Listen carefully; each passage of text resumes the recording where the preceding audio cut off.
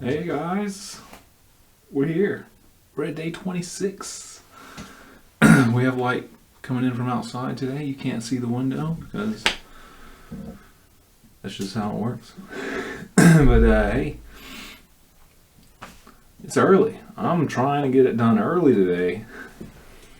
So, pat myself on the back.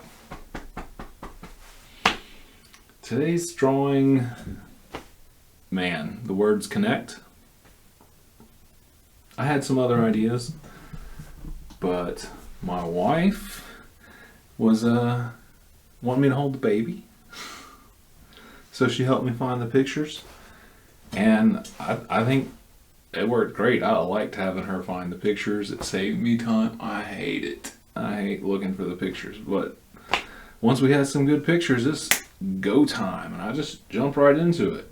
Now, I will say, if there is one thing I wish I'd have spent more time on, and maybe I can practice this some, are these ellipses. This Connect 4 board is the hardest part. It's the very first thing I do, and it is just the size of the ellipses, the consistency of ellipses, the bowl to Connect 4 piece to the actual Connect 4 board size to the glass. I mean, these proportions are a little wonky, but I don't care.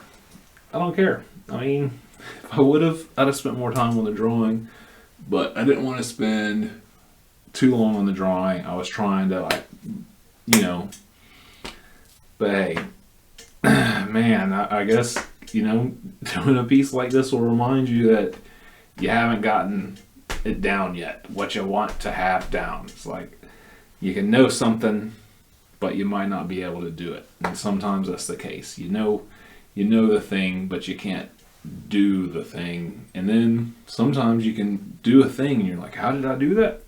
And you don't know how you did it. So, you know, they call it this like a wave pattern of learning, where you go, it fluctuates back and forth. Like, you know more, then you can do, and then you can do more, then you know, and then you can, you know, go back and forth. And it kind of makes sense, you know, you keep studying this stuff and then you keep practicing it.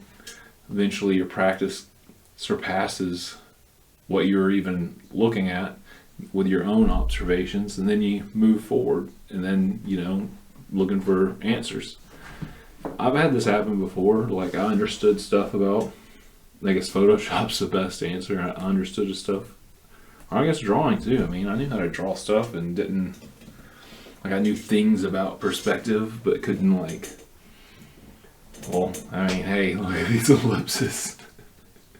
There's still a lot to learn about perspective, you know? I mean, it's a thing. It's a thing.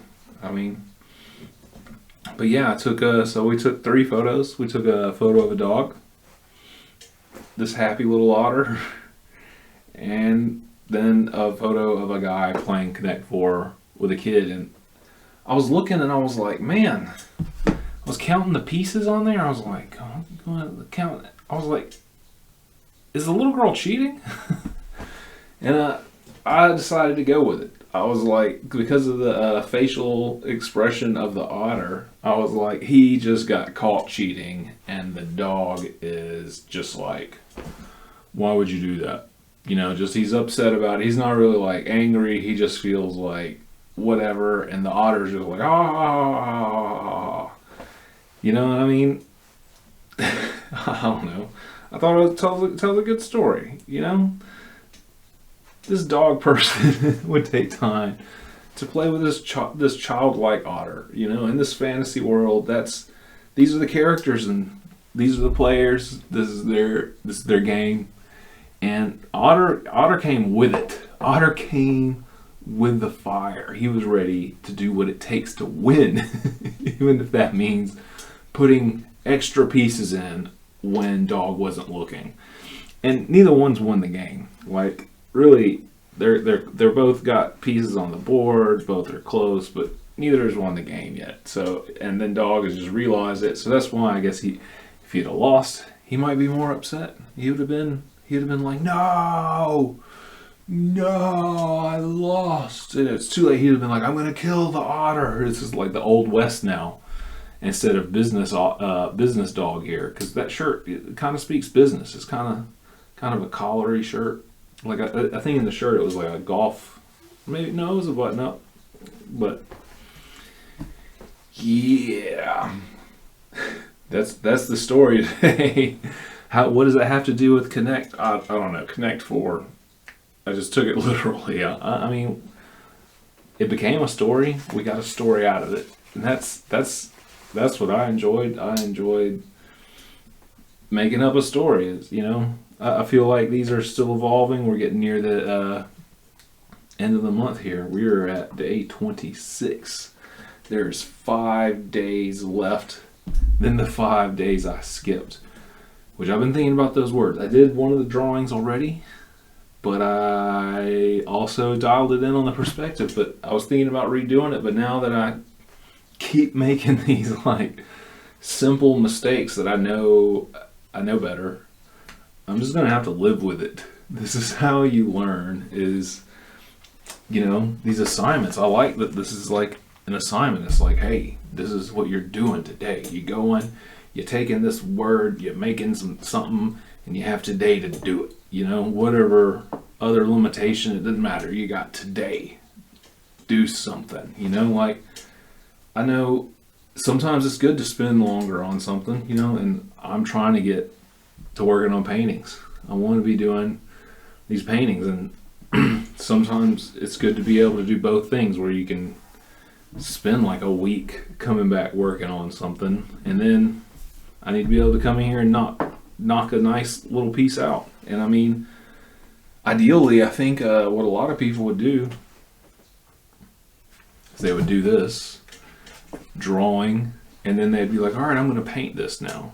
And this would just be the study. You know, they would do a value study is what they call it. Then they would do a color study, and then they would do the piece.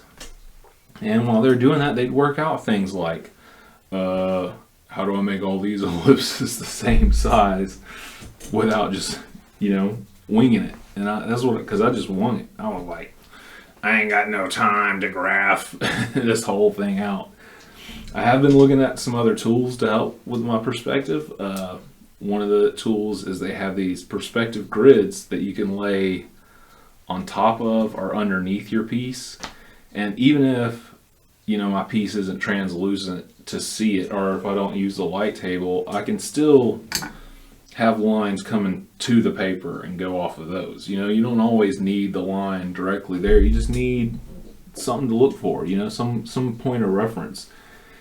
You know, a lot of times when you're learning to draw, you do all these different types of grids and stuff, and then eventually you're just doing like little dots because you're measuring in your head, and then sometimes you just not doing any of that. You just every incremental move, you're conscious of that spacing, you know, and then sometimes distortion, you know, and I'm a distortion man. Unlike melting stuff, melting melting clocks with Dolly, you know. I guess that's just what got me into it as a kid, you know, Escher bending space and time onto itself, or Dolly melting clocks, or I still don't understand all of hallucinogenic Torador, or, you know, I watched a thing on it recently, and it was the first time they fully explained where all the was the bust that's in there, where all of them were, because I know I went to the museum in Florida and saw it, and that was one of the things they asked you. And I was like, I see this many. There's like 4 or 5 I do not see. But anyway, yeah, that was off subject. I like distortion. Sometimes it's okay to have bad ellipsis. That's what I'm going to tell myself. Anyway, hey guys, thanks for coming again today. The chair says hello.